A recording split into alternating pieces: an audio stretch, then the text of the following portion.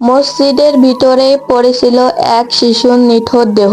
ব্রাহ্মণবাড়িয়ার সরাইল উপজেলার শাহবাজপুর হাবলিপাড়া মসজিদের দোতলা থেকে ৯ বছরের শিশু ময়নার রক্তাক্ত ও বিবস্ত্র মরদেহ পাওয়া যায়। এ ঘটনায় পুরো এলাকায় তোলপাড় সৃষ্টি হয়ে গেছে। জানা যায় ৫ই জুলাই বিকালে নিখোঁজ হন বাহরাইন প্রবাসী আব্দুর রাজ্জাকের মেয়ে ময়না। দিন-রাত খোঁজাখুঁজির পর ৬ই জুলাই সকালে মসজিদের দোতলায় পাওয়া যায় তার নিথর দেহ। শিশুটির কোমরের নিচে ছিল রক্ত এবং গলায় তার ওই পরনের পায়জামা দিয়ে ফাঁস লাগানো ছিল। মসজিদের মতো এমন পবিত্র স্থানে এমন মর্মান্তিক ঘটনা ও ধর্মের আস্তরণে ঢাকা এক ঘৃণাতম জঘন্য পাপ বলে মনে করছেন এলাকাবাসী। খবর পেয়ে পুলিশ, সেনাবাহিনী ও পিবিআই কর্মকর্তা ঘটনাস্থলে উপস্থিত হন। প্রাথমিক জিজ্ঞাসাবাদের জন্য মসজিদের ইমাম ও মুয়াজ্জিনকে হেফাজতে নিয়েছে পুলিশ। ক্ষুব্ধ এলাকাবাসী এই হত্যাকাণ্ডের সঙ্গে জড়িত থাকা সন্ত্রাসীদের দ্রুত